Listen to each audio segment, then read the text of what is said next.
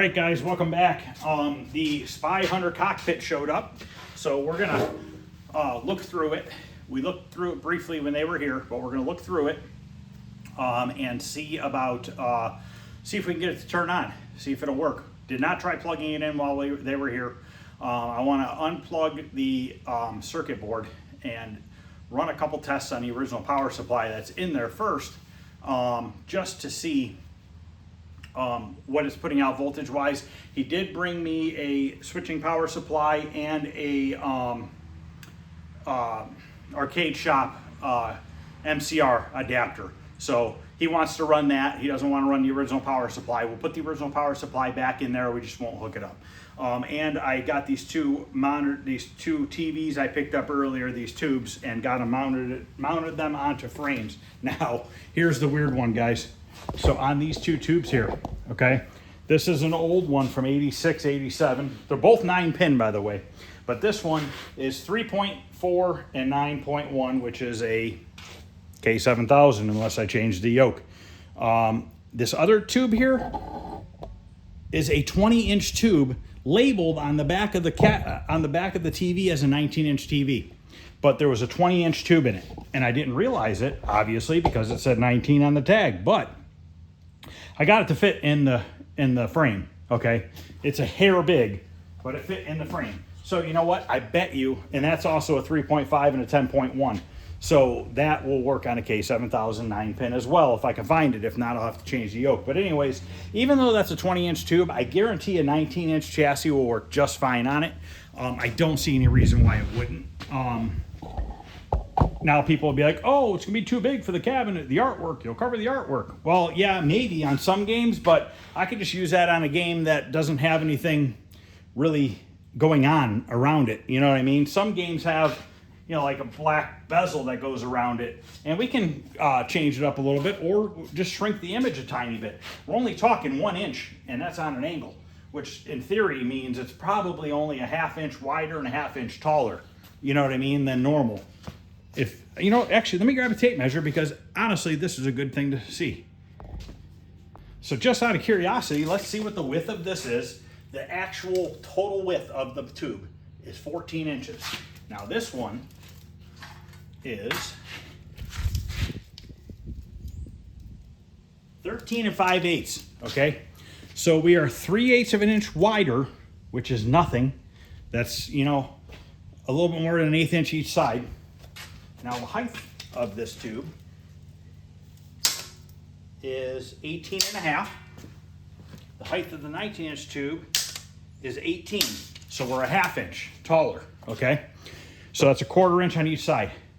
To be honest with you, I don't see that being any bit of a problem whatsoever. Like I said, I totally think a 19-inch chassis will work just fine, because most chassis, you can extend the height and width of your screen quite a bit. You know what I mean? There's a lot of times on a 19-inch tube, you can actually take that image and go off the screen, you know what I mean?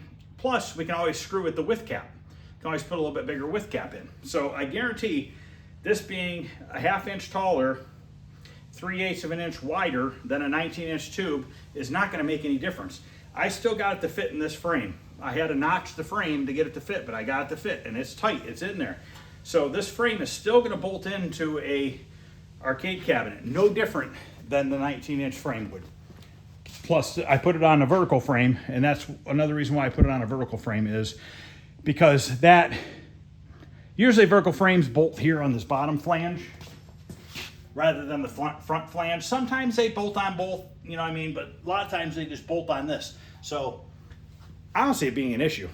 I bet you, and we're gonna try it when I find a chassis for that, whether or not I have to change out the yoke, or I find another K7000 9-pin, which I can't find any more K7000 chassis anywhere. I am gonna go see somebody on Tuesday, and he has a room full of chassis. So hopefully I can find a couple chassis that I can use on these tubes.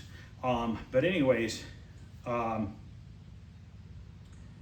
see no reason why 20-inch tubes couldn't be used in an arcade cabinet, especially because the measurements are that close. If they were farther apart, I'd say, probably not. But in this instance, I don't see an issue with it whatsoever. And that 1/4 inch on each side, up and down, who cares if you have a plastic bezel that goes over this? You know why? Because you can just shrink your image a little bit.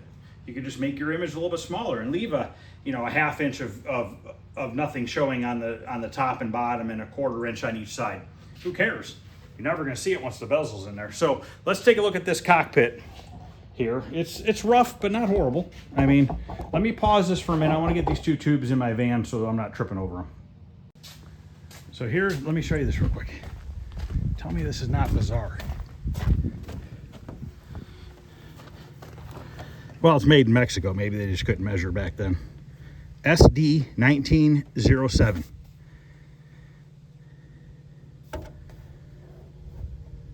Service number SD 1907. It's got to be it. December of 87. So maybe, I don't know. I mean, this is a big case. You see what I mean? It's a big case. And this is the 19-inch tube that came right here in this one. Yeah, and we got some writing on here. That's just so fucking weird. But hey, whatever. I don't care. It fits. It's going to work. I know it is. So let's take a good look at this Spy Hunter. We're going to be doing a full restoration on it. We're going to cosmetically restore the whole thing. The only thing that's not getting replaced is the control panel overlay. I don't know if they offer one for a upright or not, because you got to keep in mind you got to have black light reflective. I'll look and see, but I think he wanted to keep this one, but it would be kind of cool to have a new one on there. I found one, I believe mine came from Phoenix Arcade, and I don't know if they make one for a cockpit or not, but you have to get the one from either Phoenix Arcade or This Old Game or something, if they even make them, because that screen printed, I believe, with black light reflective ink, which unless you have black lights, you would never know. So we don't have a gas pedal, okay? Can't find a gas pedal anywhere. So I have an extra pole position gas pedal. So here's my thought. On the original Spy Hunter gas pedal, this was nothing more than a hinge. You can see where the hinge is broken off here. We're gonna get a new hinge. We're gonna use my pedal, my extra pedal I have from pole position. We're gonna weld a hinge on the bottom of it. We're gonna mount it here, and then we're gonna weld like 2 little fork and to go around this, or whatever I need to do to go around that. And that should be all I need to do, and it'll work. We'll put some grip tape on it. Nobody will ever know. Nobody will be any the wiser. And he's fine with that. I told him about it. He's like, that's great. That's awesome. This uses Texture T molding, which I have a big roll of it, so we're good there. The seat itself is missing the rubber or whatever that originally came on it. I guess he said you can order it. I don't know how expensive it is, but I can get this rubber material that has lines in it that run this way, and we can apply it to here and on the back, and he was totally fine with that as well. So we're just going to use that as well because I can get it real cheap. But other than that, everything else, This Old Game printed side art for it. They also printed the side art for the seat, so we have that. In the back here, I have the, oh, by the way, I cleaned the shop. How many bets on how long that table's gonna look like that? I give it about an hour. He gave me it's a G07, so he gave me a new flyback and a cap kit. I don't know if the monitor works. We don't know about any of this. There's also a cap kit here for the MCR Logic, the board. So we have that. This is our adapter for our MCR power supply, switching power supply that we're going to be using, and also new ribbon cables. So this is the original Spy Hunter glass right here, okay? And no, this is not the original one, is it? This, believe it or not, guys, is a new one. And I'm not going to throw the company that made it under the bus, who made it. No, it was not Escape Pod. I don't think they would ever let something that bad leave. But anyways, that came from somebody that I'm not going to discuss. This is the original one right here. Okay, we have flaking here and pieces coming off. So I'm going to glue those on, and we're going to just see if we can touch it up, and we're going to reuse this one. So this one's not too bad.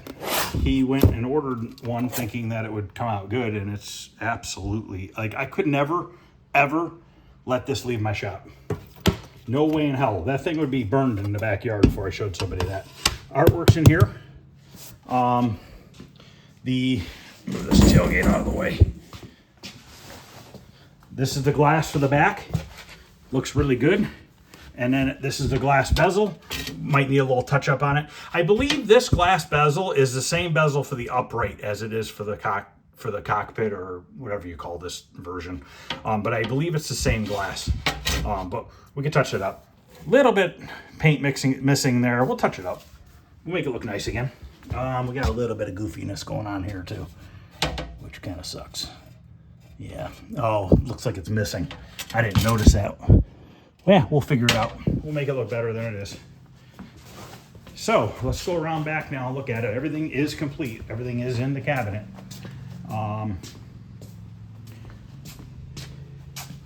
We have, here's coin door and everything. Here's the back door for the cabinet. I did take the back door off when they were here. We got, what's his name from Disney on there. We're gonna leave that. Just kidding. Speaker 6x9's back here. Now the only thing different pretty much with the board set between this and an upright is the cockpit has an extra one of these amp boards, okay? Because obviously you have to drive the speakers in the seat. So that's where the second one of these come in play. This is the same, as far as I know, that's identical. Obviously one of these are used in the upright. Here's your board stack, your power supply. I think this is the lamp board. Is this the lamp board? One of these two boards is the lamp board, and to be honest with you, I'm not sure which one is the board for the lights. I'd have to look at the wiring better to figure it out. We have a G07. Looks like somebody has done work to it. Honestly, it might have a cap kit on it. I'm not sure.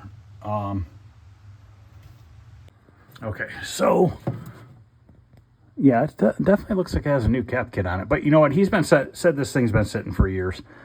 But I don't know. I mean, I'll talk to him. He'll probably just have me recap it anyways. It's tough to say. I guess if the monitor looks really good, I'll save the parts for him. I mean, it's kind of pointless to waste money if you don't need to. You know what I mean? Sometimes it's better just to have the parts on the shelf than now these. I have a new one of these stickers if this gets damaged. This we got to carefully take off, so I want to staple that back on. This is kind of shot. Not too worried about that one. Obviously, we'll pop this off and put it back on. And yes, I've had comments where people say, why would you take off the serial tag on the cabinet?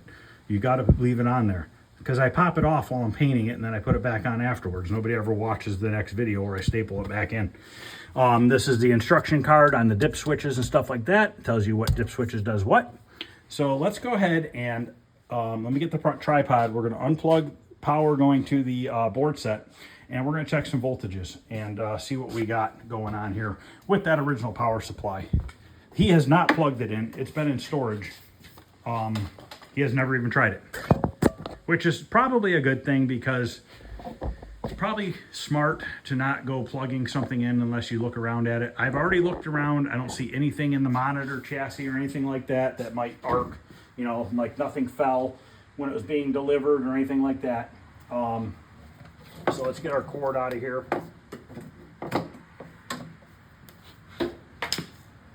This is our power side here.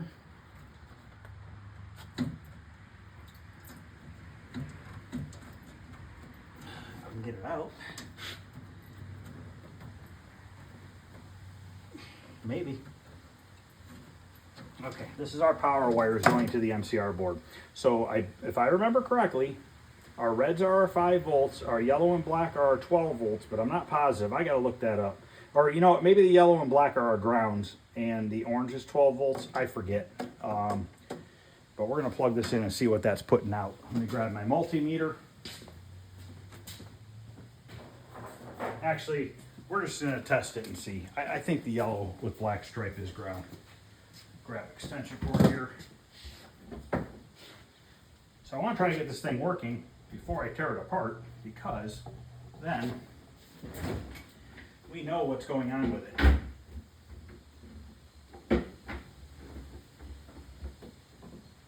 All right, it's plugged in. You got to pull out the interlock switch. Dead. Okay. Switch up top. I don't know where the switch would be on these. It's probably on the back. Yep, right here. Okay, I hear that. I thought I had it unplugged, unless that's just the amp board.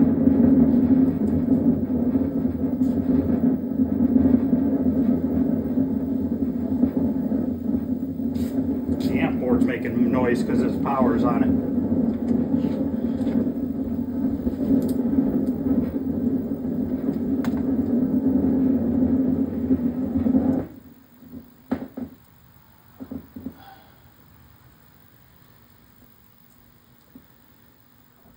So I'm gonna bring.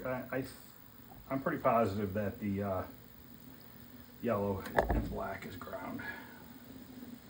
I obviously forget because 5.2. Let's check our orange wire here. 12.0. Another 5.2. I'll bet you this thing's gonna work. When he bought it from the guy did say it works, but we all know how that is.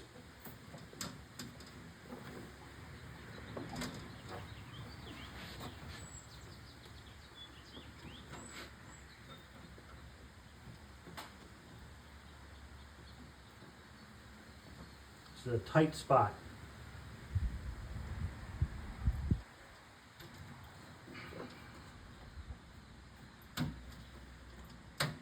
Okay, we're plugged in. I say, screw it, let's give it a shot. What's the worst that can happen, right? Lower the tripod. Probably gonna shut the overhead door, even though it's nice out. Maybe a little bit.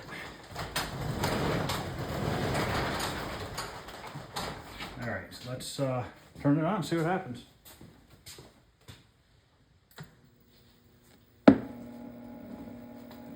Now, I don't think we can coin it up unless I rig it. Let's see if it comes on first. Marquee light turned on. Nothing on the screen though. Oh, it's turning blue. Nothing. Okay. All right, so you see how we have nothing going on here. My guess, if I were to guess, is our purple wire, our sense wire or whatever they call it. Well, I could sort of see green, the background of the road. Don't think I can coin it up though, because the seat's not plugged in, which we could bring the seat over here and plug it in. But I'm willing to bet we have a possible sense wire issue. Let me drag the seat over here so we can plug it in. I'll just keep the video going.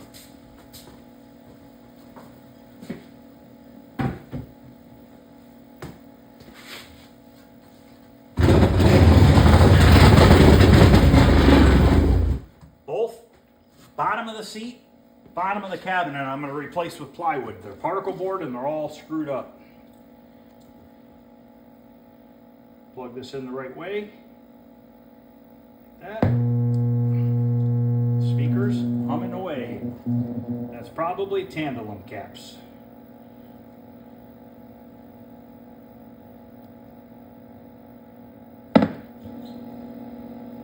Okay. So let's see if it'll coin up.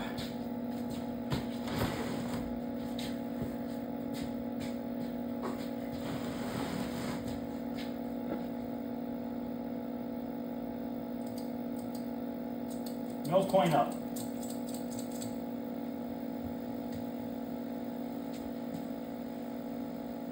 Let me turn it off and on.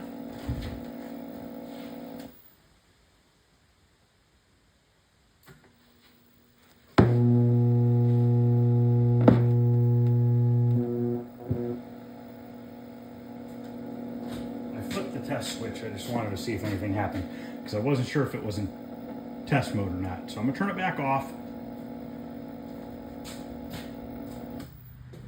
I'm gonna flip this switch back to where I had it. Let's go around back here. We're gonna pull that purple wire out and see if this thing will fire up. If it does, then we know that on all these MCR games, that damn sense circuit thing is always screwed up. And you gotta, if you don't put the adapter on there with the switching power supply, you can't get high scores to save. And the problem is I cannot find what controls that wire on this board. I've looked and looked and looked and looked, and I don't know what it is.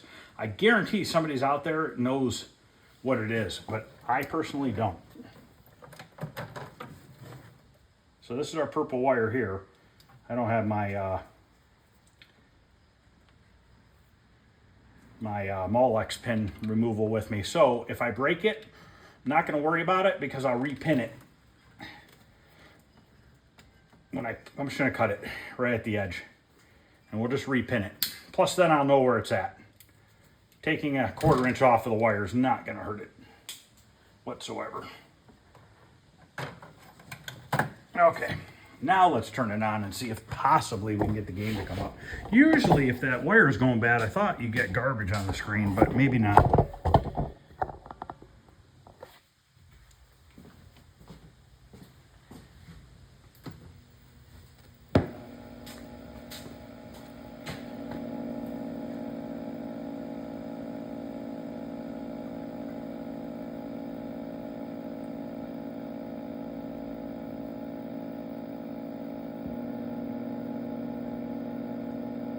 I'm not seeing anything. It's not good. Let's see if it coins up by chance.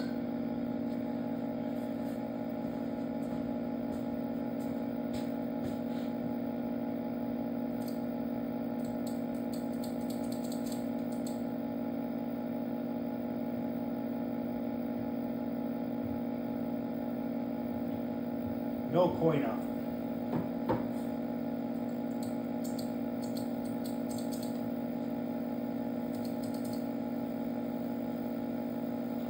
All right, so next, let's pull the board out, turn it off, get the board out. We can just look at the chips real quick. We can do a ribbon cable swap, see what happens there. Gonna grab a drill.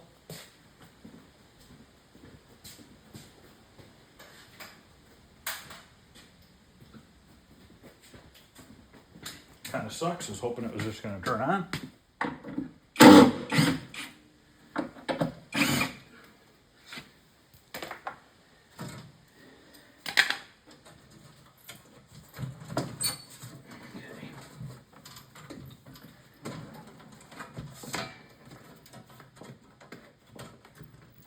Oh shit.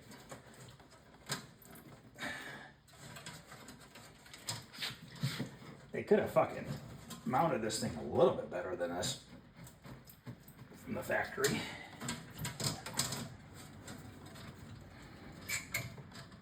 I'm gonna turn this switch off.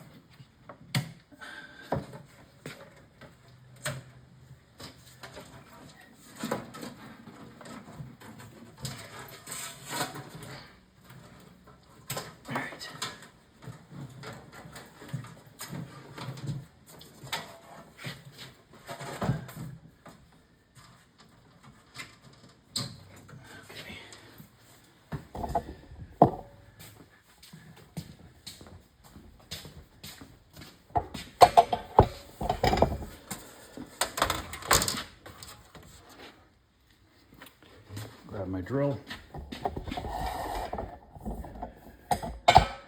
Like I said, we might as well change the ribbon cables, it won't hurt.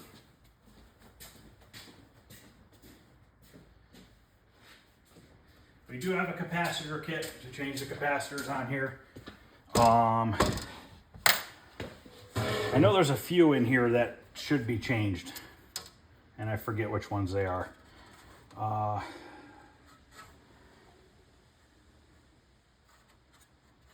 Let's just change the cables out, reseat the chips, and we'll just go from there and see what happens. The board's been off before. It's missing a screw.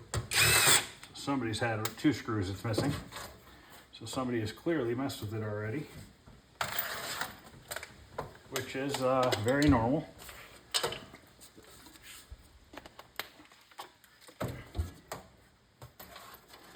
I'm just going to unplug this one. Set it right here. Just flip this over. Glue or something. At least it's not like coffee.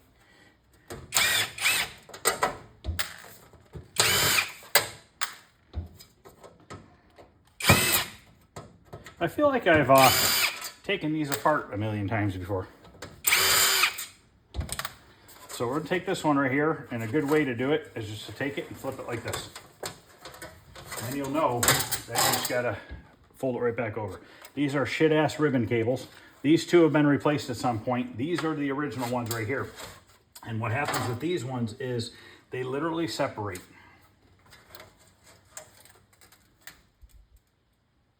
So we're going to change all 6 ribbon cables. The plug's broke on this one. Or 5 ribbon cables. And we're going to reseat all these chips here. We'll even do these socketed ones too. Why not? And then we'll do the socketed ones on that one. And I don't remember if, yeah, the middle one's got sockets too. So let's leave this like that. Let's take this plate off.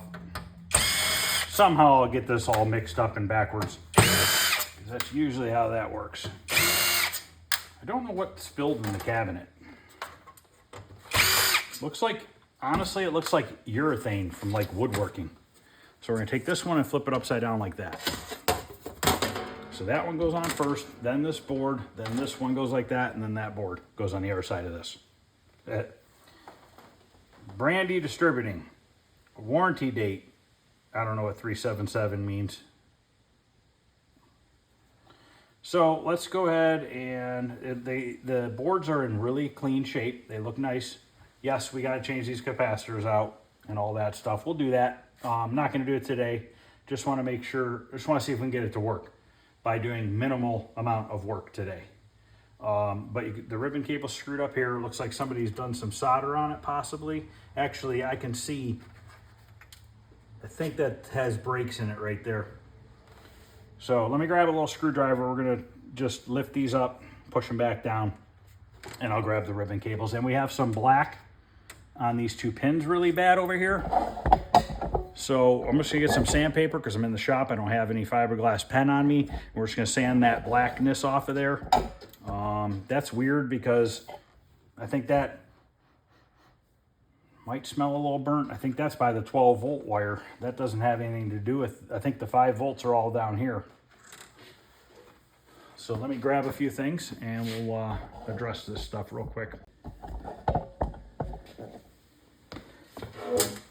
Oh, I forgot the ribbon cables. Walked right past them too. So I'm gonna video all this because if it works, you guys will have some sort of an idea on what to try.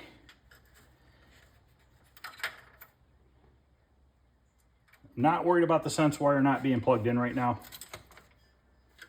because it'll work obviously with it unplugged.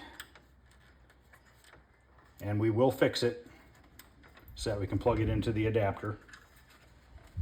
Because without that, I don't believe it saves high scores. And all these chips are extremely clean. There's no oxidation on any of the legs whatsoever. Kind of hard to tell in the sockets. These are those single wipe sockets. Not the greatest sockets.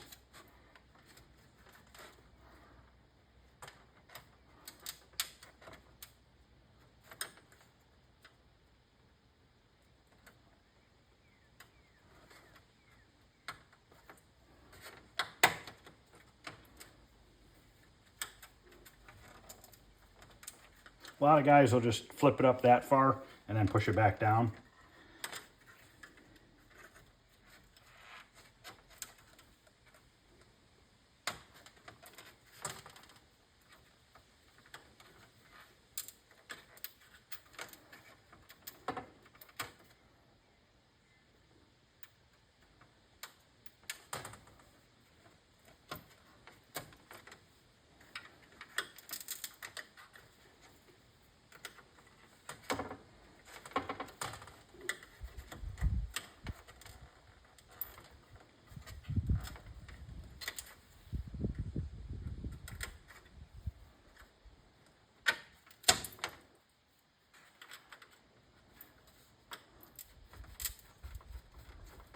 These little ones probably don't need to come out, but if you're doing it, just do anything that's socketed. It's not going to hurt it.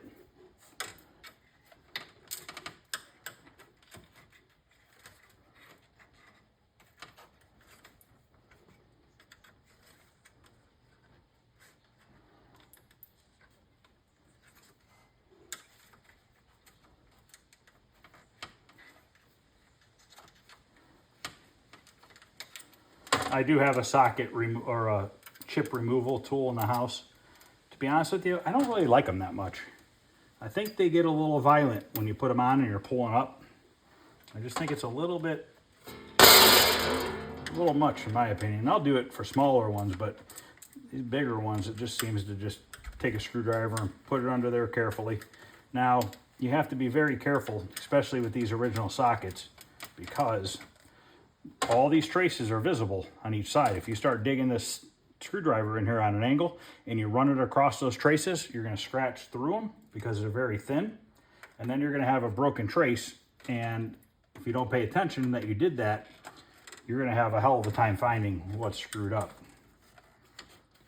So it's best to just take your time, put your screwdriver under the edge, turn your screwdriver a little bit, and then work your screwdriver until you feel that center one, and then work it down farther until you feel the end.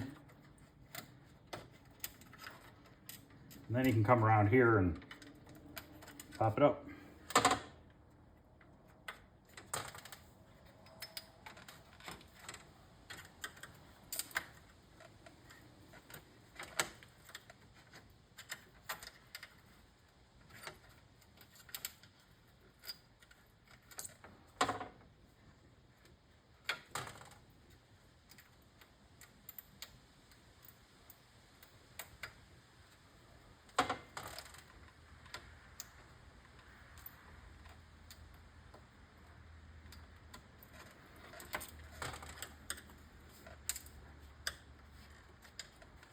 See, I don't want to fully change all the capacitors and stuff right now because I believe I have mine's on free play. I believe they have a free play chip for it, so I got to get one. And we're going to have to take the board set apart to put that on. So it's kind of pointless. If we don't have to do anything right now, I don't want to.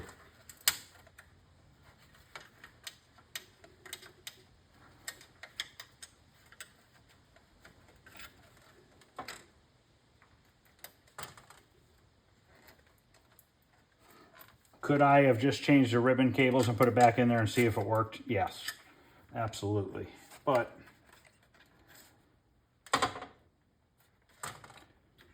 it's only an extra couple minutes.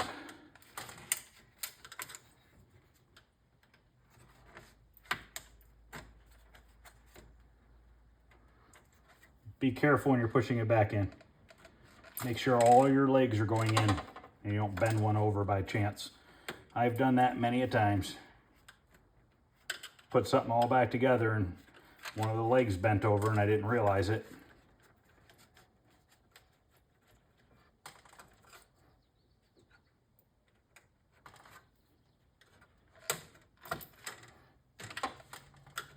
Now, if these had corrosion on them, I would be hitting them lightly with a fiberglass pen or some fine sandpaper, like some 320 grit.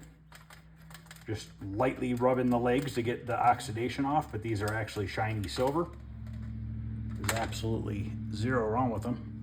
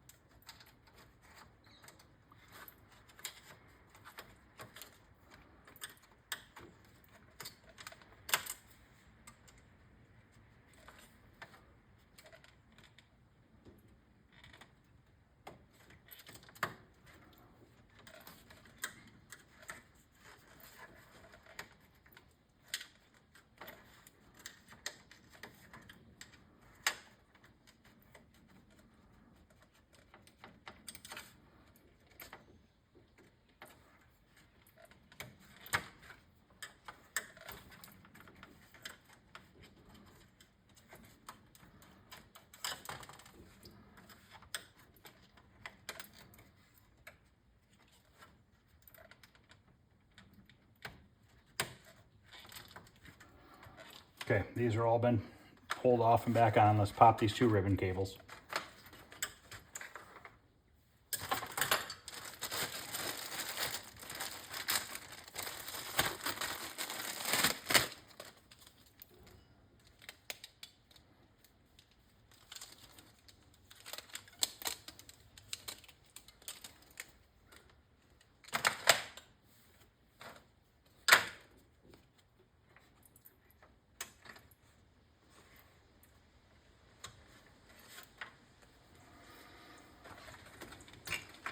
Put them on the same way you took them off.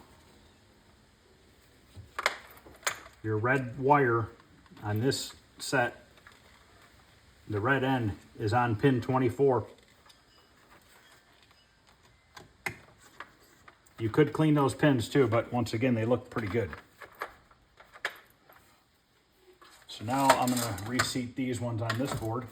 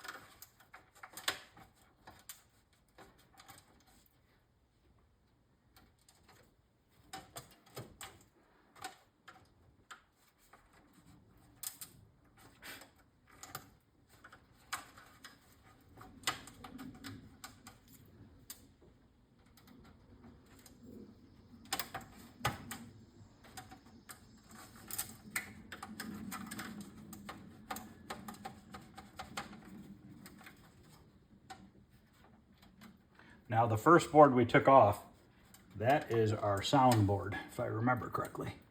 Yes, that's our soundboard.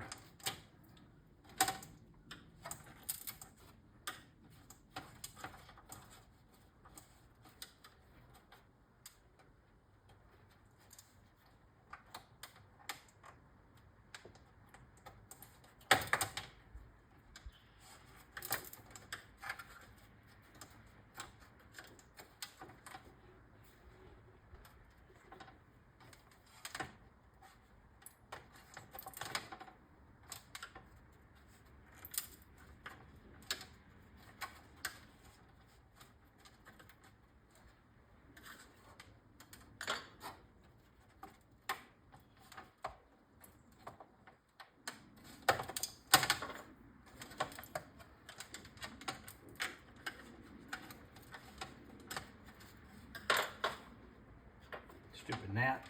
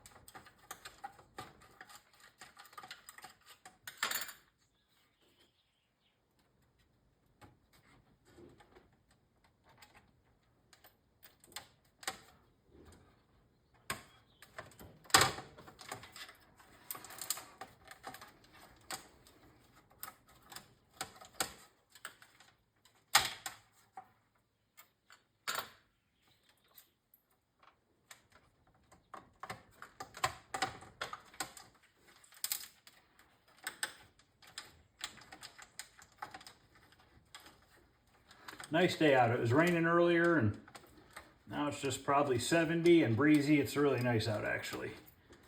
Overcast, but I'm all right with that. Okay, we got 4 left on this board. Then we change out these 3 ribbon cables. Then we'll put that plate on. Got to sand that connector real quick. Oh, that old 87 TV had 2 of these speakers in it. I'm going to keep them. They're actually a pretty freaking nice little speaker. You know what I'll use those little speakers on? When I make those 2 countertop arcades. I'll put 1 in each cabinet. That'll be perfect. Good way to repurpose something.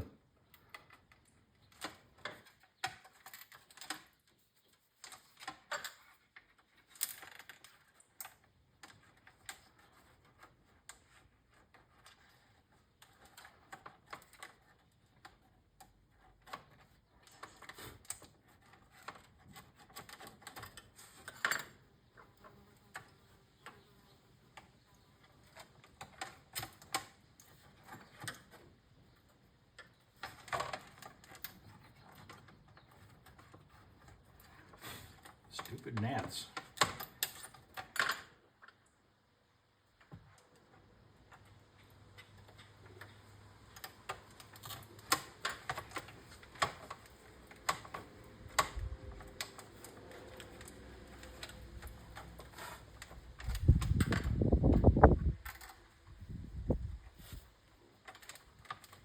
Okay, now we'll change these ribbon cables one at a time.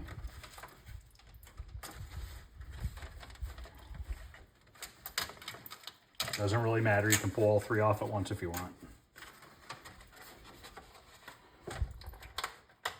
But these are the shittiest ones you could ever have.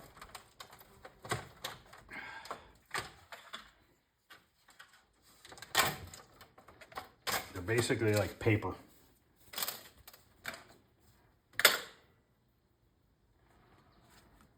Now I'm gonna put them the same way. I'm gonna see which way do I want to put them. This way. Red on 24 again, just so that they all have them in the same way.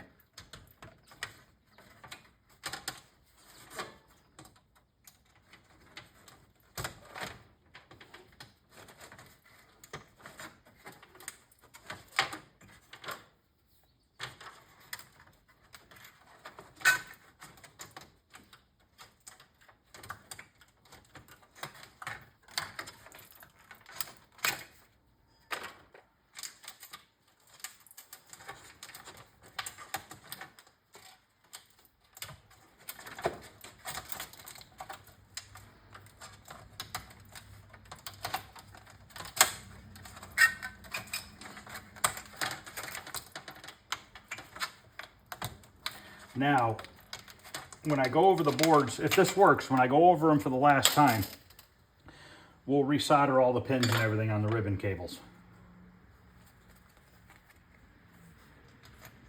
Now you could put the red wire on one.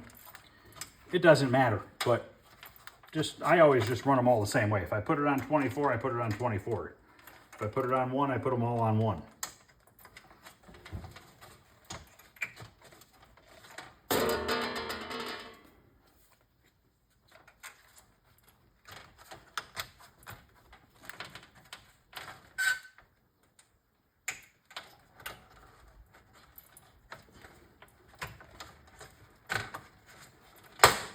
Okay.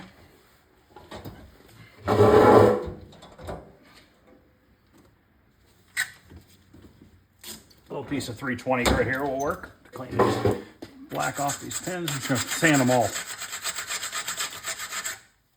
I know you probably can't see what I'm doing, but just sanding the black off the pins.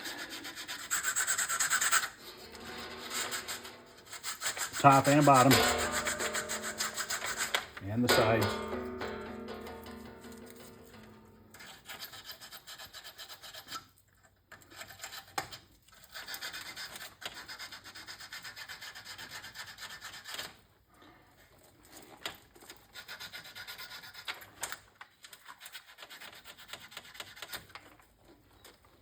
Okay, so now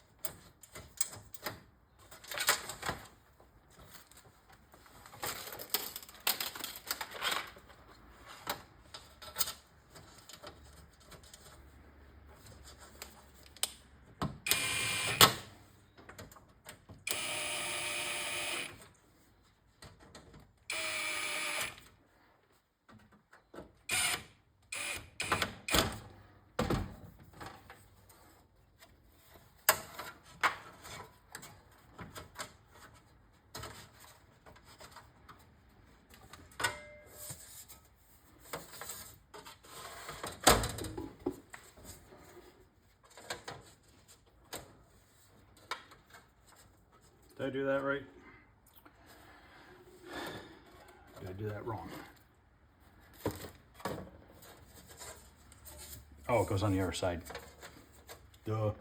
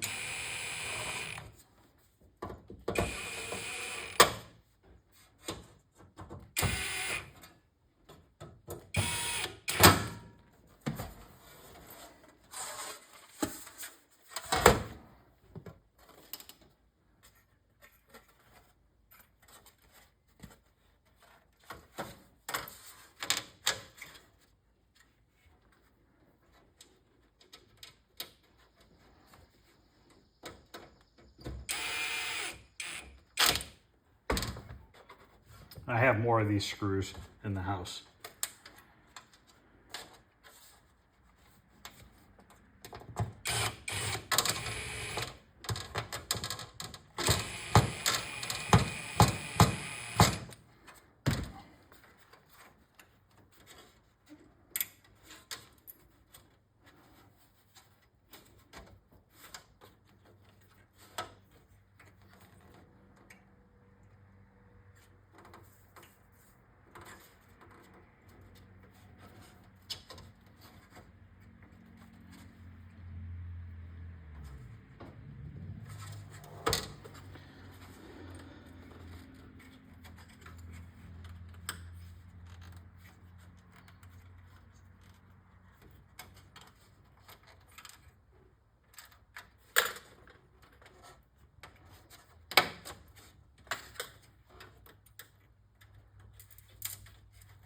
These are the two sound chips.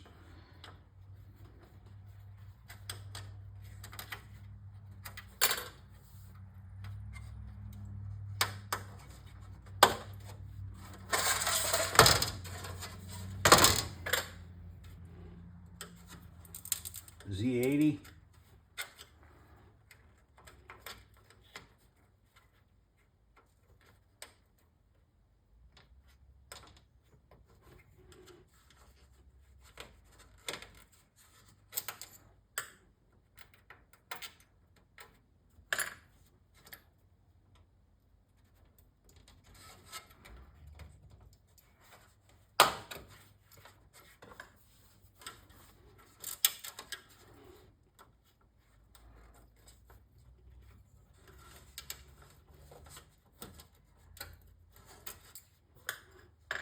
These ones look a little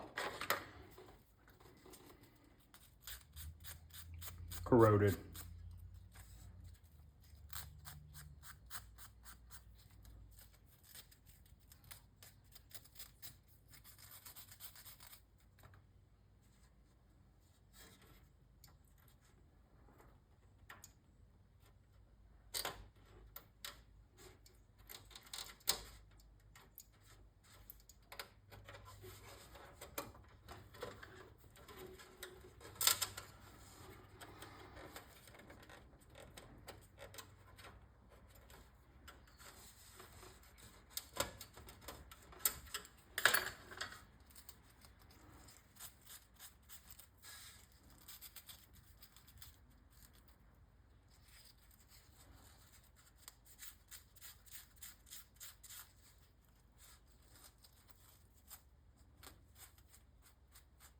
And remember, all your notches go the same way, as there's a notch drawn on the board, a little U, and you want to line up that U cutout in your chip with the U line drawn on the circuit board.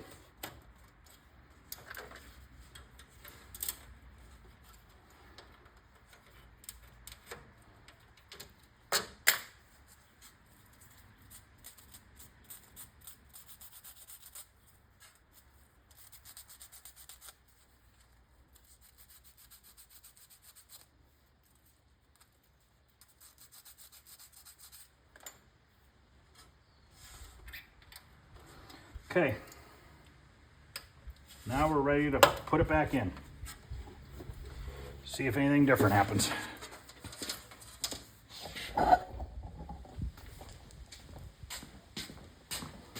This is a little bit of a bitch to get plugged back in, I'm sure, because of the tight fit. I should have made this one stand up or something.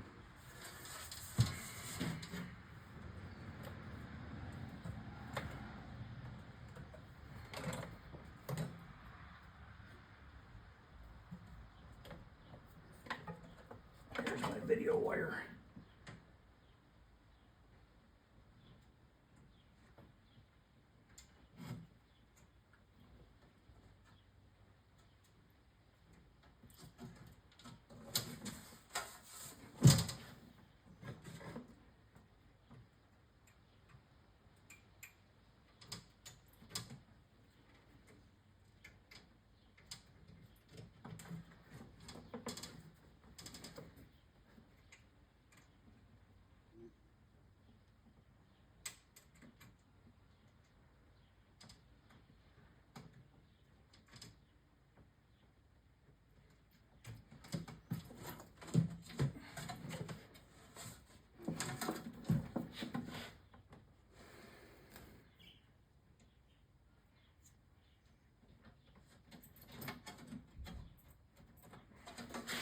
Just gonna leave it like that.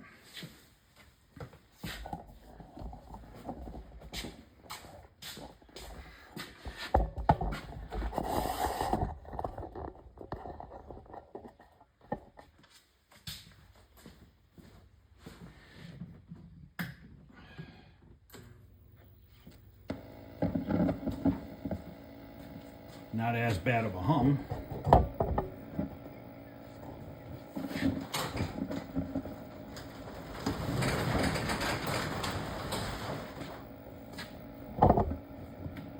Not seeing anything on the screen. Nothing.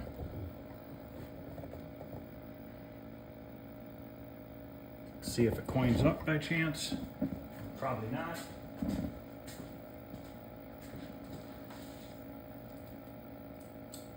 Nothing. So now, next step, let's check voltages at the chip on the board. Let's see where we are with them. See if we're getting actual 5 volts at the board.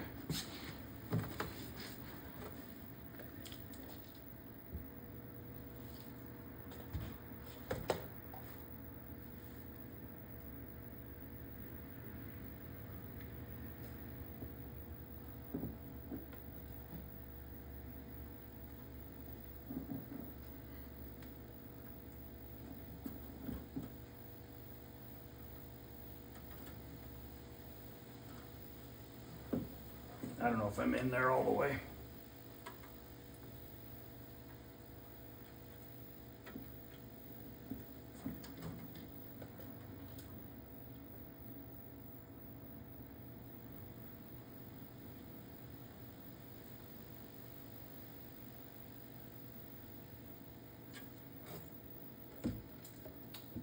I don't think we're getting voltage at the board.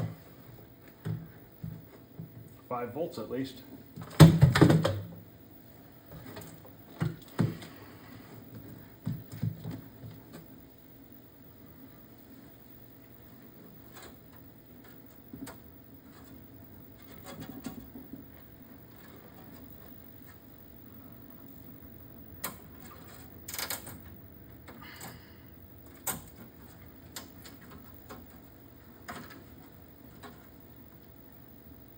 There we go.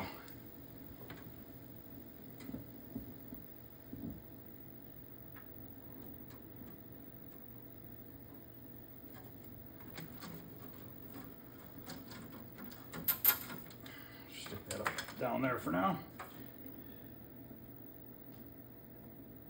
12 volts, no 5 volts.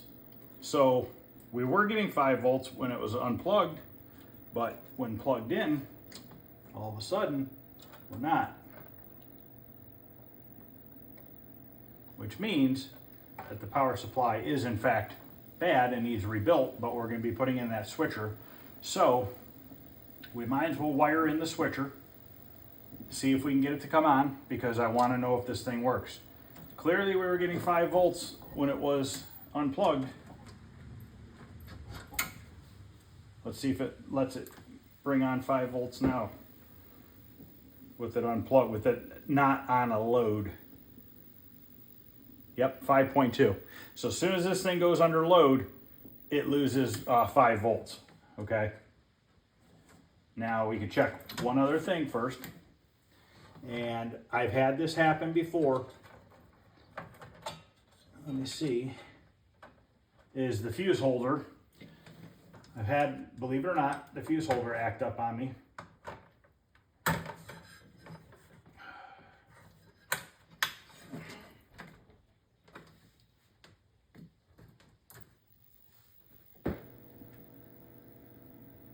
Nothing. So that's where these things get tricky, is it'll show you 5.2 and you're like, yes, it's gonna work. Then you plug it in and it's not gonna work. So, all right, so next step, we need to wire in the power supply. I don't really want to set this, well, I guess I can.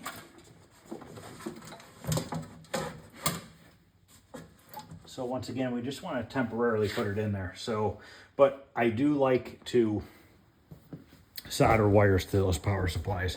I don't really like the fact of those power supplies going into the side, or the wires going into the side of the power. I'll show you. All right. We're going to solder wires to this board, and then from this board, we're going to have terminals that go into the new power supply. The reason why I do that is because when these go into the power supply,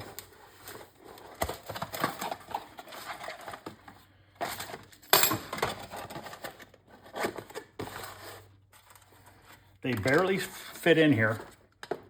They only go in there a little bit, okay? And they barely grab the edges of these boards. If I were designing this board, I would have made a notch in each one of these so that it slid past the screw and went in farther. Because this barely grabbing on, okay? These people are gonna come get this game when it's restored, and they're gonna drive an hour home with it.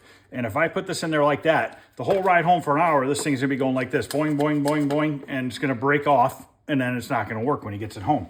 So by soldering wires to these and then putting terminals to here, we can mount this board nice and neat. We can mount this somewhere separate, and we have a nice, good connection. And I've always done those like that. I never do it the other way. The little boards are different, but this big one is just way too heavy in my opinion. And I use 14 gauge wire with a real thick insulated wire.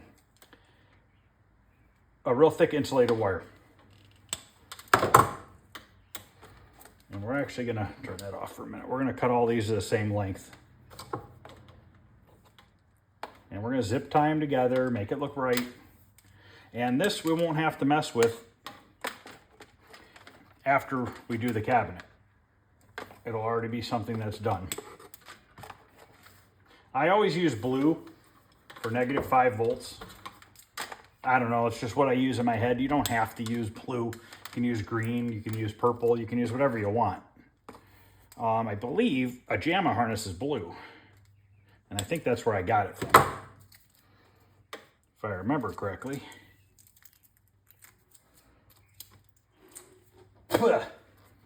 Tape gets stuck to my damn hands because they're so dry.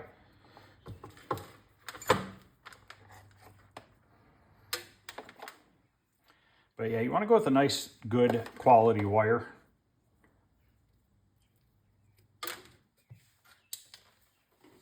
First thing I want to do is I want to tin the wire.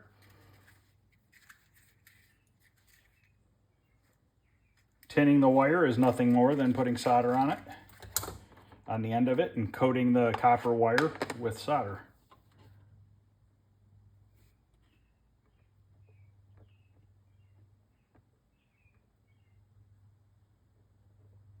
Good amount.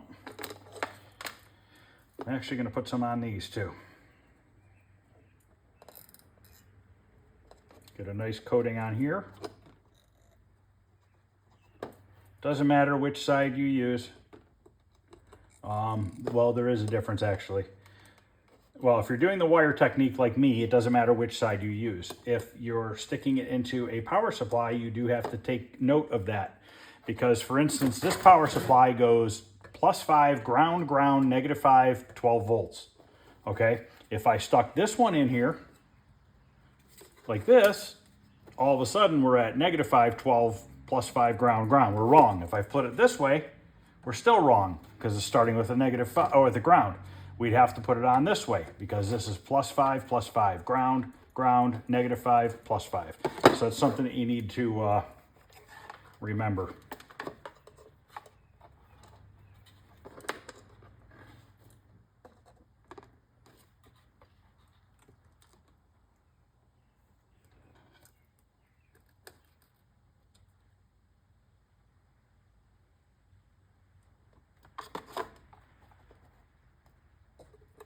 And yes, this is a pain in the ass.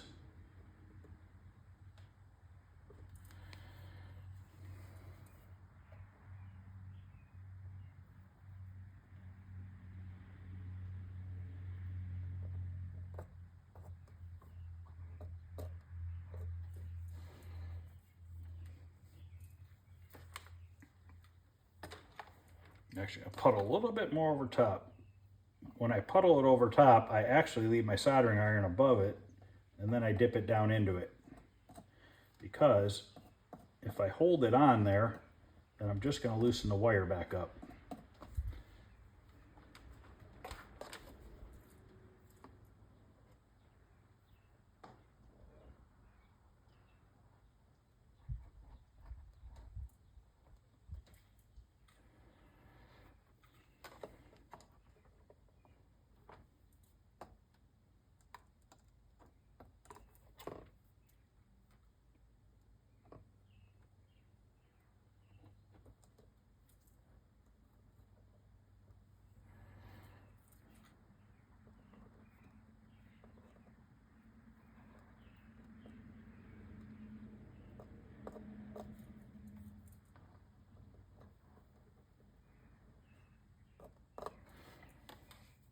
So at the end of the day, this is a way better idea for the simple fact that look at the surface area you have connecting power to the wire versus sticking this board in there and only grabbing 1/8 to 3/16 of an inch of that end of that circuit board.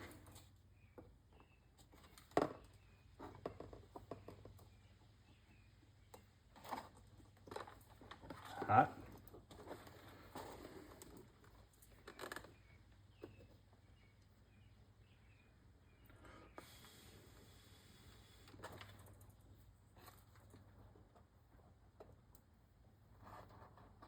Another way that this could be made that would be really good would be to have holes drilled in here. And then you just use ring terminals with the little nut and bolt.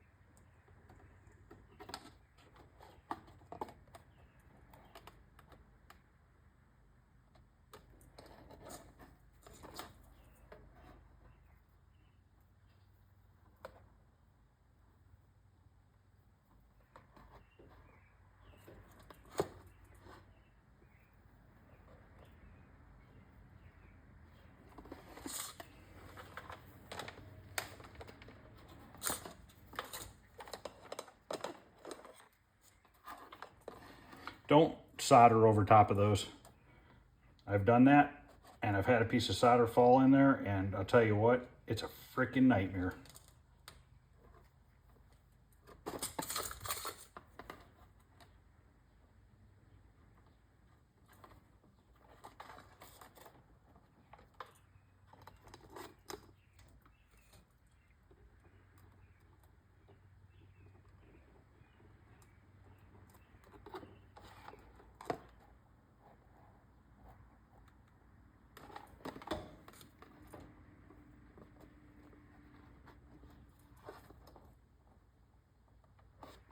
Oops.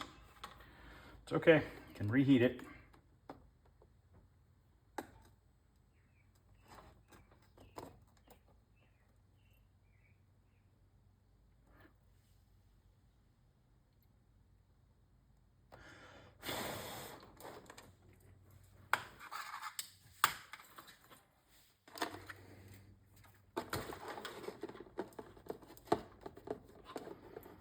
We'll go grab a couple zip ties.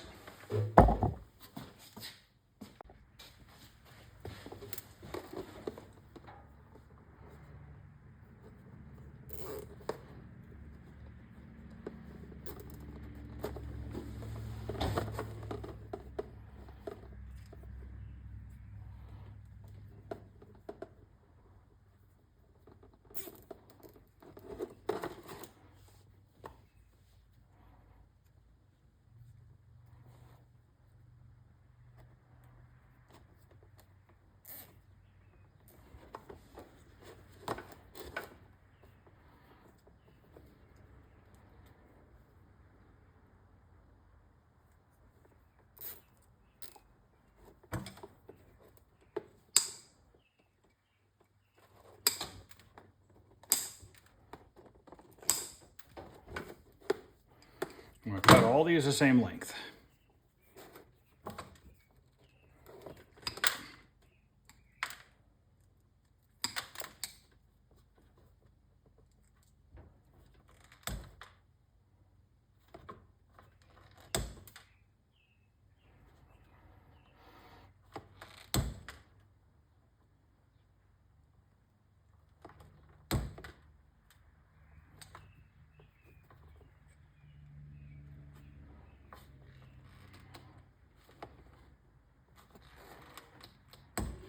Hopefully I have terminals out here. My workbench is getting dirty.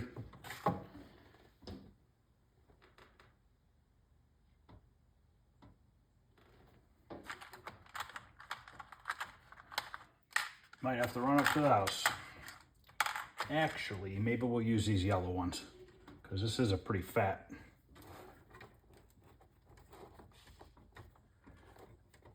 Let's see if the yellow ones fit though.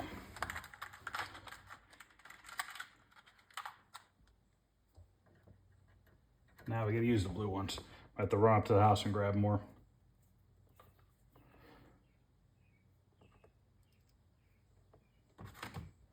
Now there's a split and it's always on the top side.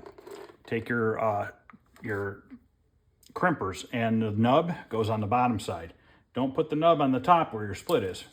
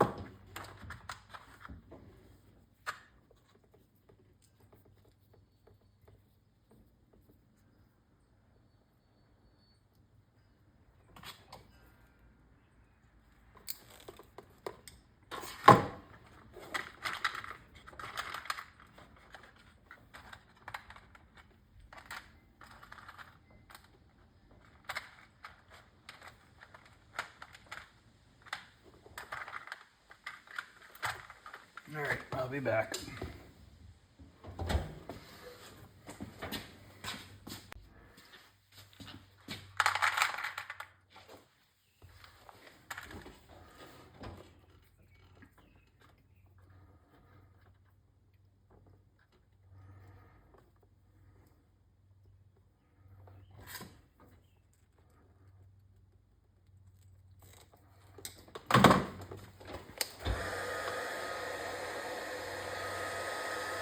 Now the only thing we have to do is find power to power that, which we should be able to get it off the power supply board.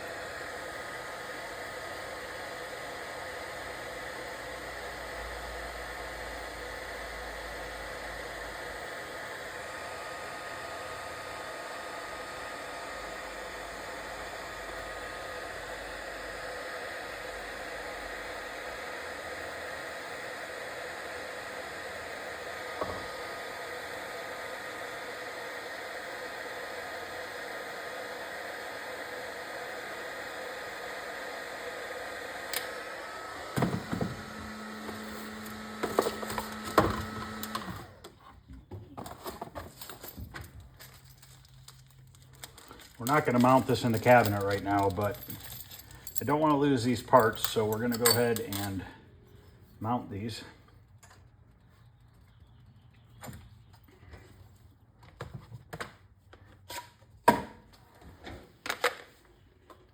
Now, one of the 5 screws is always different. They give you an extra screw for the terminals.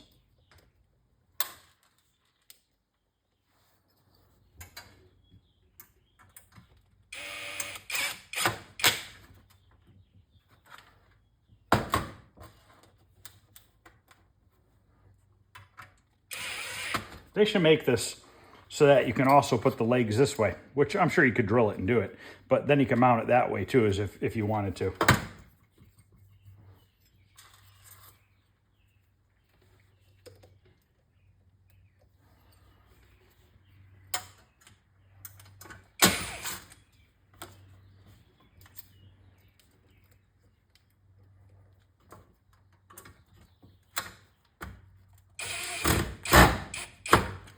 One other very important thing, very, very important, is there is a wire here that goes between 230 volts or 115 volts. Always check to make sure that that wire is on 110 volts, unless you obviously live out of the United States and you have 220 for power. Long time ago, I had gotten one of these and it was on 220. And I hooked it up and I totally fried my board because of that. So always double check to make sure, for, you know, you never know. Something could happen and it could be on the wrong one. For now, we're just gonna go ahead and put these on.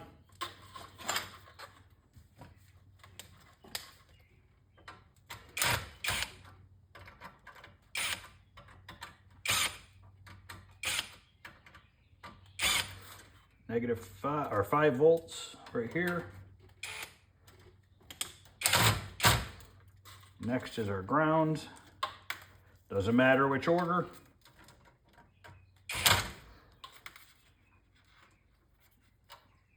Dude, that thing is blinking. That light blinked.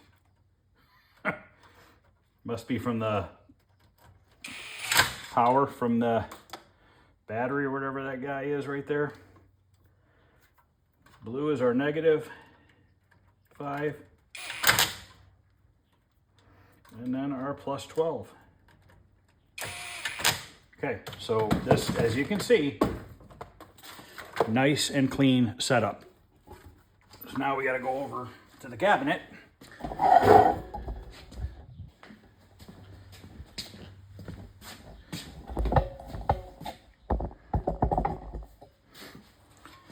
We got to find our power.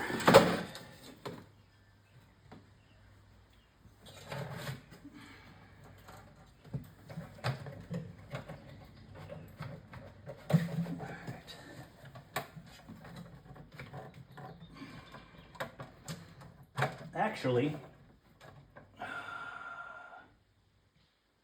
yeah, I believe we do. I don't remember.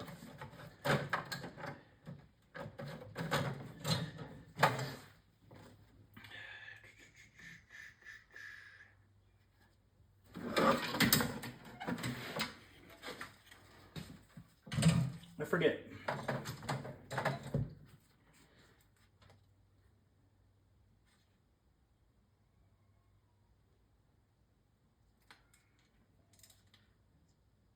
And these are pinned opposite. One side are female and one side are male.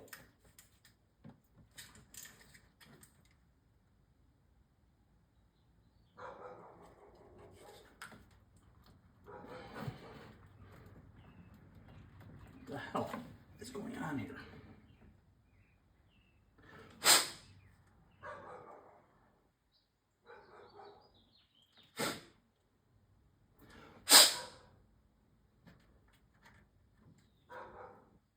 Doesn't want to push on.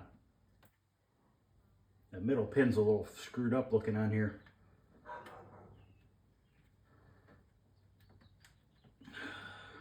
Go figure.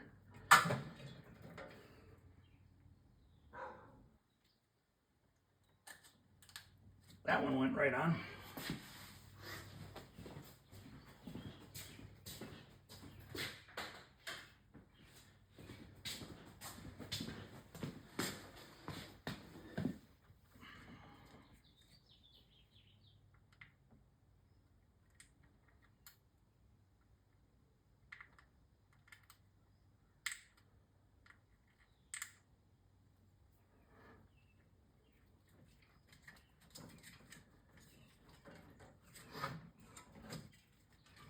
should have checked 5 volts earlier before I took the sense wire off, but it's all right.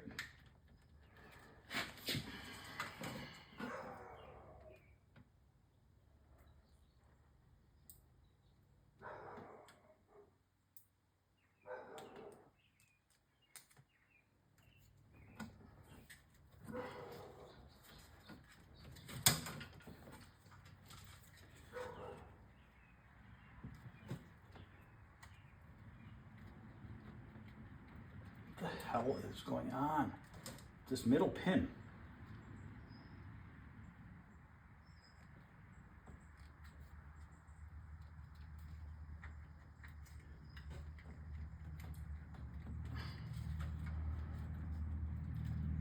Oh my God.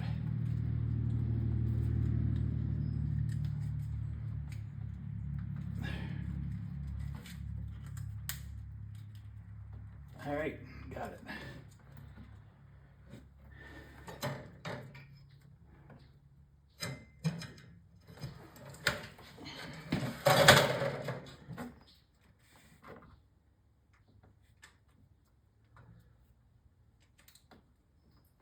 All right, give me a minute here so I can kind of situate some stuff.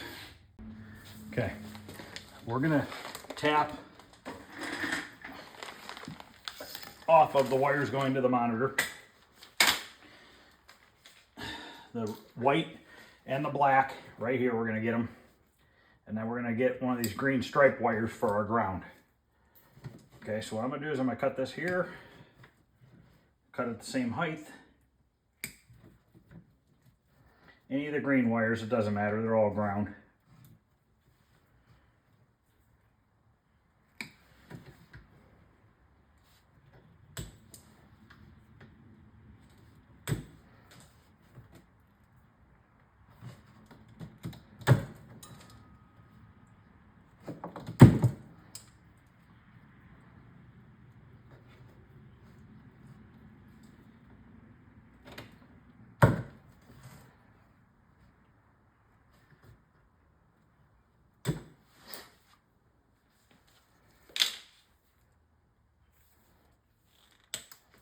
I'll probably end up mounting the power supply over here, and then this board will get mounted up here on that little shelf thing.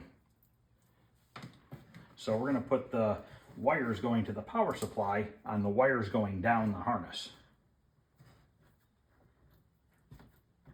So we'll twist those two together, and then we will crimp it.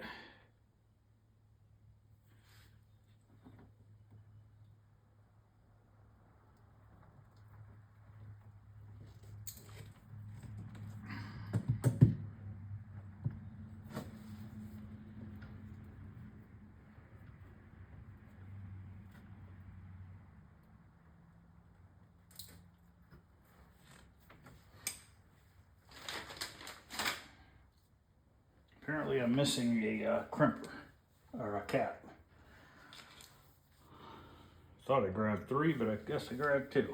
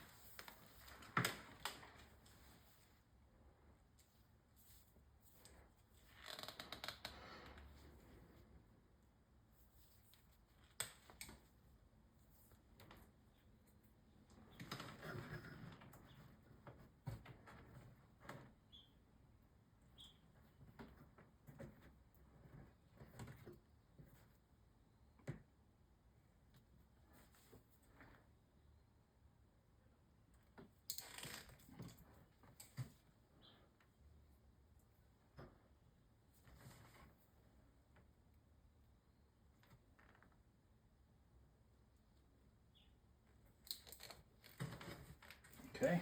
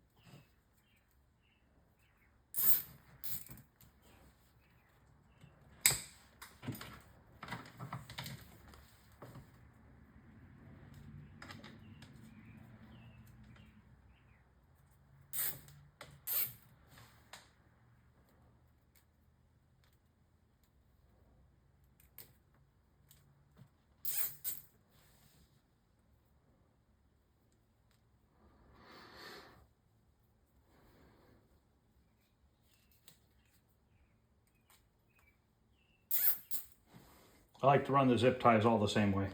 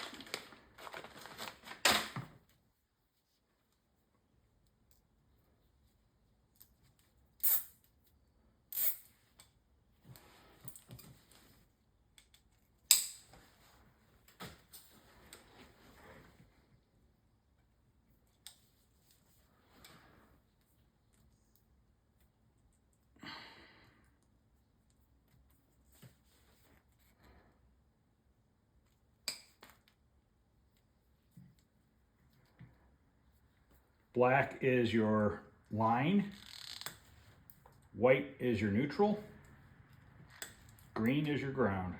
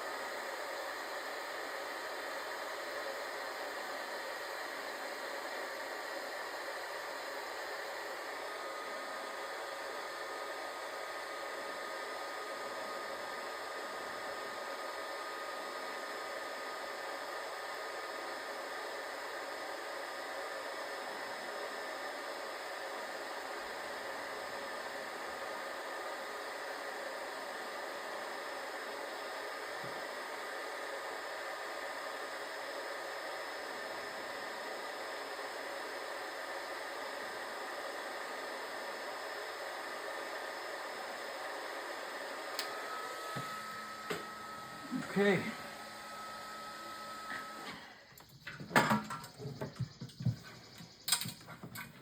So the one that says ACL, that's your black. The other one says ACN, which is your neutral. And then the other one is just a picture of a ground symbol.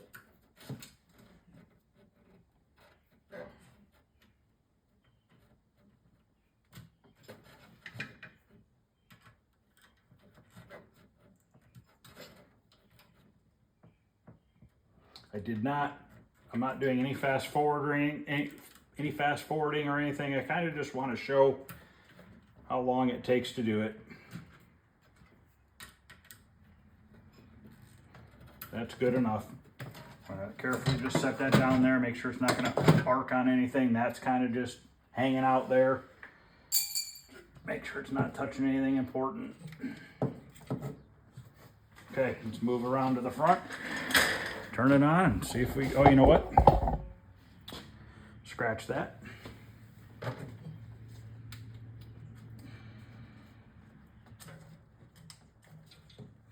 want to check my 5 volts coming out of the power supply. I'm going to set it to like 5.1, and that should be close enough.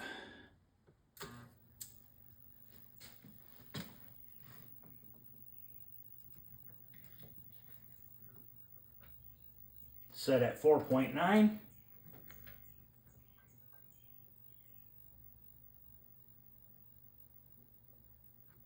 It's always good to check that before, because what happens if that new power supply is screwed up and all of a sudden you send 12 volts to your 5 volt line.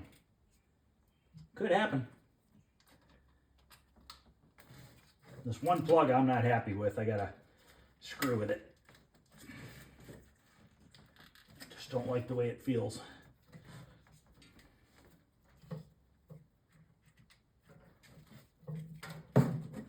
Now we can move around to the front and hopefully get something on the screen. All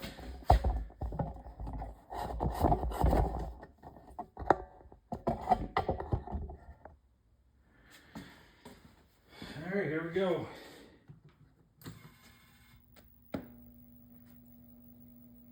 And the power supply went out. It squealed and turned off. Awesome. Why did it do that? So now I'm gonna have to pause it for a minute. Okay, so when I turn the game on, the power supply shuts off. So I have an excessive draw on something. Something is drawing power and causing that power supply to turn off. So let's plug this back in.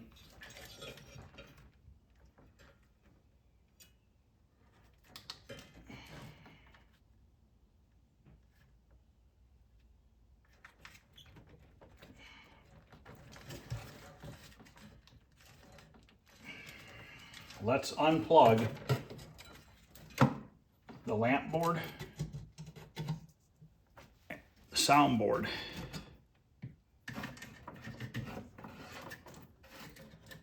and just leave the main PCB and it plugged in and see if it shuts down. Still shutting down. So now let's unplug the main PCB.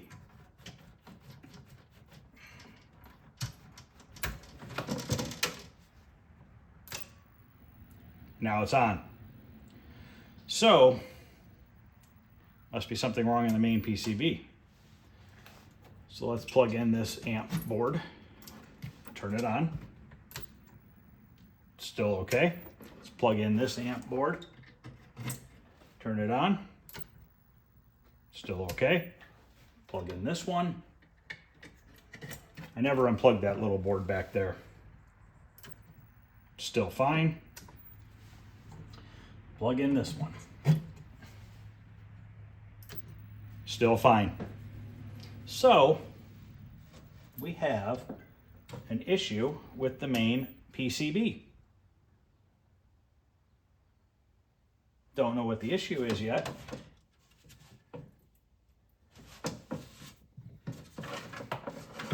Let me try keeping it up here on an angle.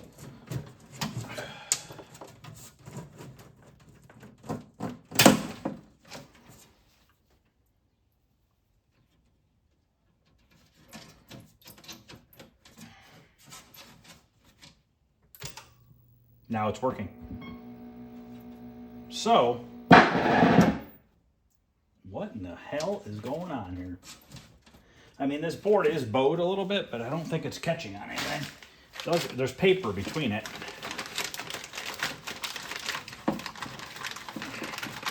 But to be on the safe side, we're going to bow it out extra.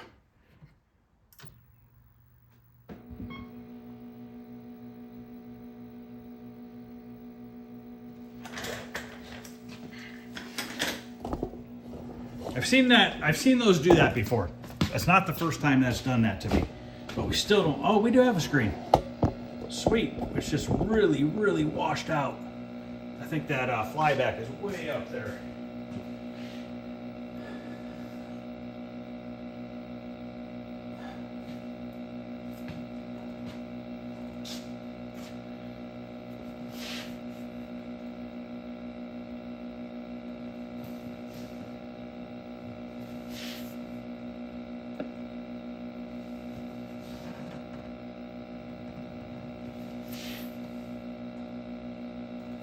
Somebody had that flyback frickin' cranked.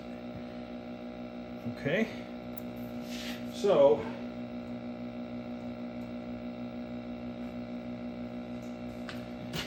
when that PCB was sitting down in there, I wonder if it was hitting something. It did. It definitely wasn't look like it did, but doesn't mean it wasn't pushing against something. Obviously, the monitor needs a little work, but let's credit it up and see if the controls and stuff work. Seems like our volume pots might be high. Yes, they are. Somebody had them cranked pretty good.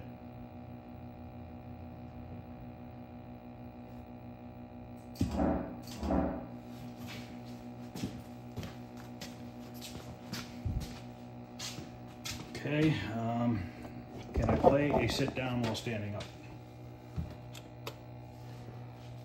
Not getting any music. No starting music. The yoke is off. I hear music now. The steering yoke is way off. We got some graphic problem going on with the screen. We have a double line going on right there. That should not be there. But is that the board or the monitor?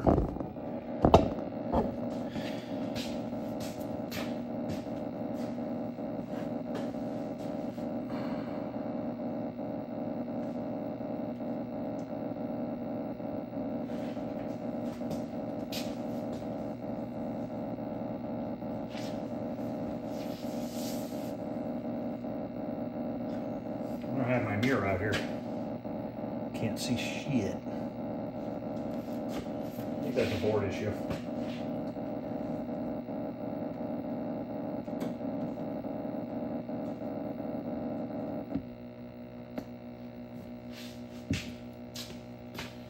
See how it's double right there? That should not be like that. Let's check voltages while it's on.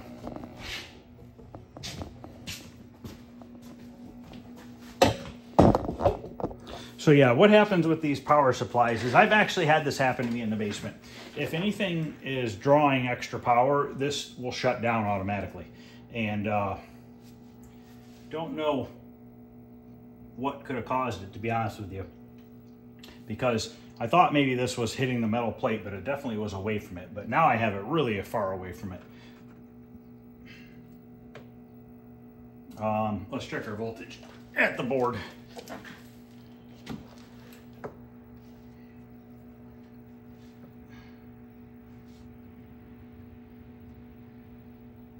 Wrong side.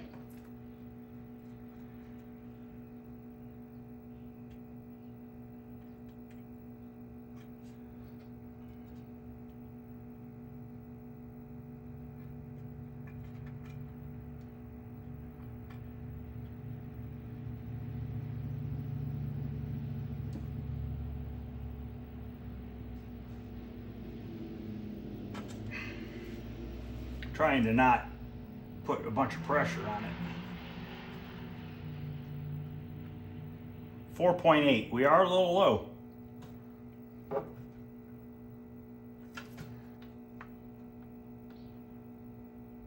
4.9.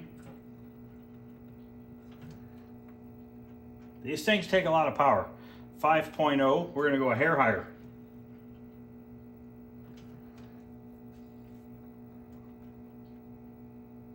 5.1, I'm gonna turn it off. And we'll go back around front and just see if by chance upping it 0.3 does anything or not. I'm gonna think the graphic issue is still gonna be there.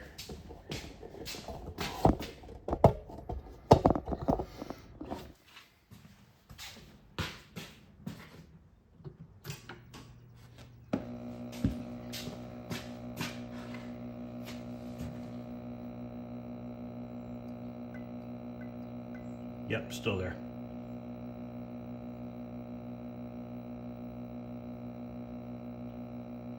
It's interesting. Well, let's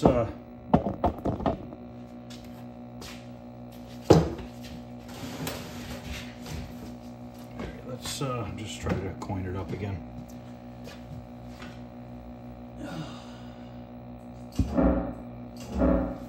Sounds like all the speakers are working. Right here should be a song. We have other graphic glitches going on too. See that? Yeah, we got some serious issues going on with this here. Can't see what the hell you're doing.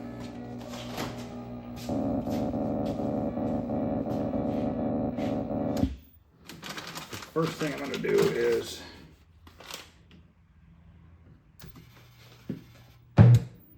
that is so fucking weird. So I took the zip ties out from between the boards, and the board is not at all touching, and the power supply just did that again when I tried to turn it on. So if you look, there's space between the soundboard and the metal. It's not touching anywhere, and I didn't think it was before either. And when I turned it on, the power supply is freaking out again. See that? And then it shuts off. So now let me hold the board like this and see if it turns on.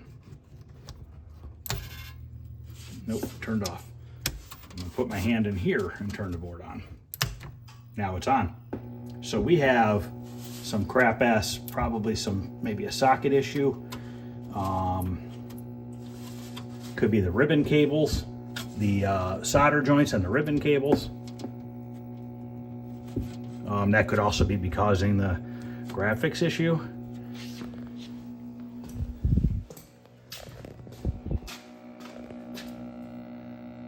But yeah, it needs a little work, but it's almost there, you know what I mean? Let's see what it does now when I start it.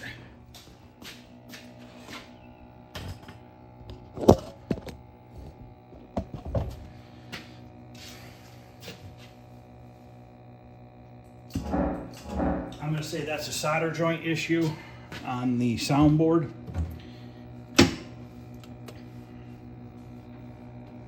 As far as bending it like that, and then all of a sudden it works.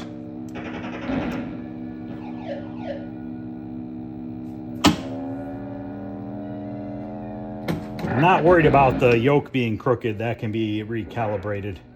I'm just happy that it works. And yes, I still suck at Spy Hunter. I'm gonna stay in low speed for right now. Get out of my way, dude. I'm off the road, but I'm not off the road because the road's technically over here. But it's thinking that I'm off the road.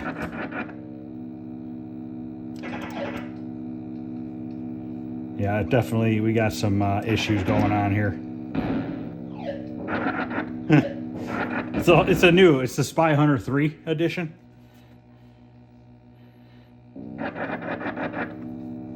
This is the After Hours edition. When you're drunk, it looks perfect. Get out of my way. I'm in low, obviously. Oh.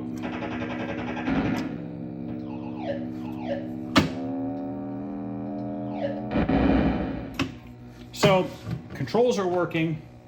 None of the lamps are working, it looks like.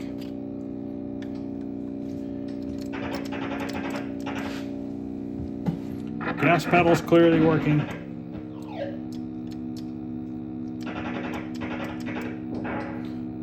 oil truck. We'll see if that possibly works.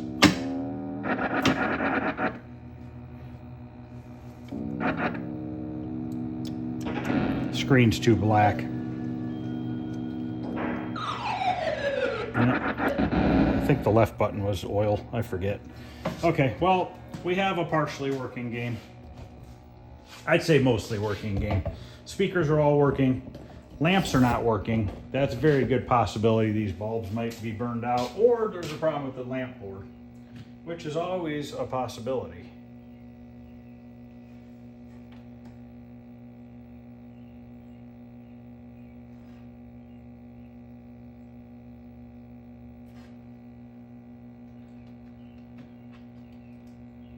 You know, like the bulb in here should be flashing when you give it credits, I believe.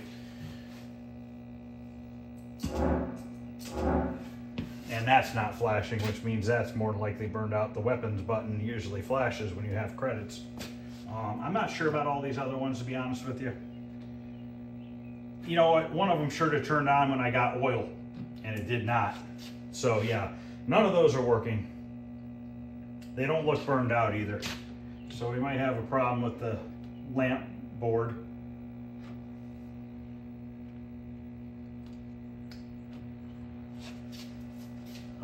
But that's where we're at so far, guys. So at least we know we have a mostly working game. I feel pretty comfortable tearing it down and working on the PCB afterwards. Or I don't know if I'm going to work on it or just send it out or not. I'm not sure. I'll wait and see what Jeffrey has to say about it. He's the MCR expert. He might know exactly what I need. Obviously the caps have not been done on the board, you know, stuff like that as well, but definitely needs some help. So let me know what you guys think. We're gonna do a good restoration on this. A very, very nice, 100% looks perfect restoration on it. I'm very excited to do it. We're gonna tear into it probably later this week coming up. We're gonna get all this artwork off the sides, get all the particle board cleaned up. As you can see here, typical Spy Hunter side art. It peels right off in big pieces, which is nice for me. Makes my life a lot easier. And we're just gonna make this thing look as good as it did when it was new. There's a couple pieces he didn't bring. I think there's rails and stuff that go on the side here, but and the upper marquee bracket he didn't bring, but that's not a big deal. He can always get them from him, or he could put them on, you know, depending. So our monitor needs some work. Our board needs a little work. But other than that, that's going to end this video, guys. So this will be part one of the Spy Hunter cockpit. At least we know we have life, and we got to figure out why when I move that board, it automatically starts freaking out. I'm going to say that there's a bad solder joints because of the way it's been bowed for so long. You got to keep in mind, this game's been sitting for years and years. So God knows how long it's been sitting, and it's just now fired up for the first time in, you know what I mean, who knows how long. But yeah, this is definitely something funky going on here. See, now it's not doing it. Oh.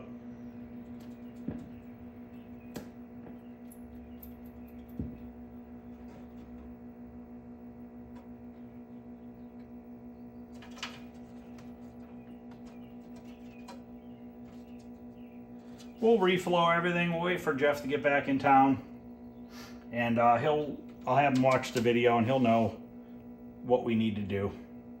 If it's something I could just handle on my own, I'll do it. You know, reflowing all these is not a big deal. Reflowing this, reflowing the connectors on the other side.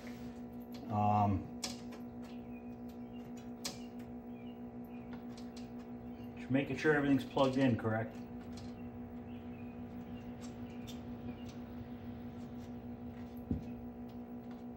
So odd though. Let's turn it off real quick and back on. I'm just curious if it'll freak out. No? Not freaking out now.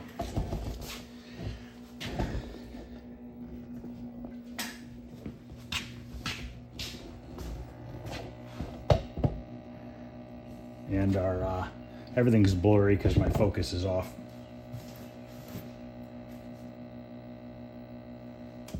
Oops.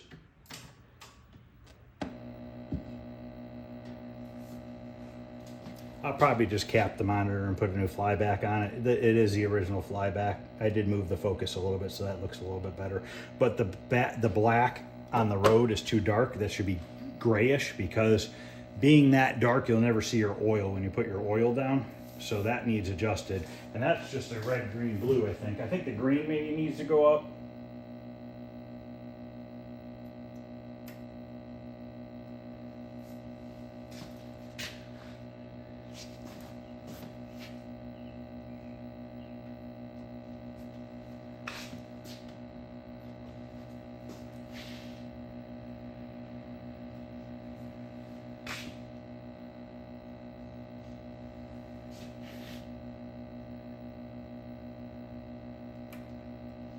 I don't know what dial does what. I'm just twisting dials.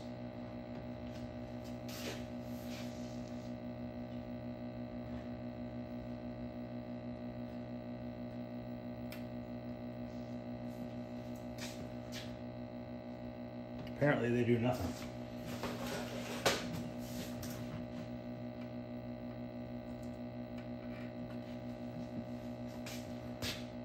Why are the color pots doing absolutely nothing on the neck board?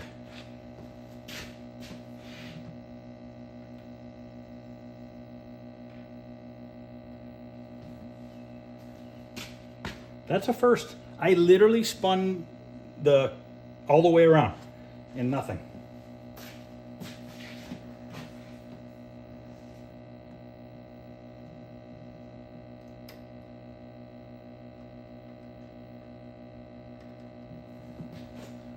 Now I'm doing wow, that's impressive. None of the pots work on the neck board for color.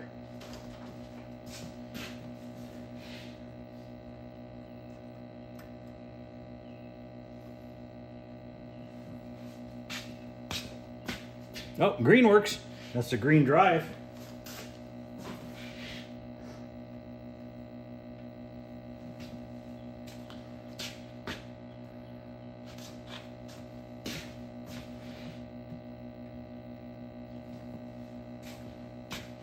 I have never seen that before. So it looks like only the green drive works.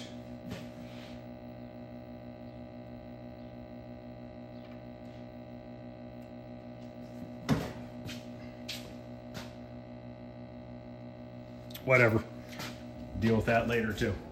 So, all right, guys, I'm going to end this video. It's a long one. Thanks for watching. Please comment. Let me know what you guys think. If you guys are excited to see this, any questions or comments, feel free to ask. Other than that, guys, I will see you guys later. Thanks for watching.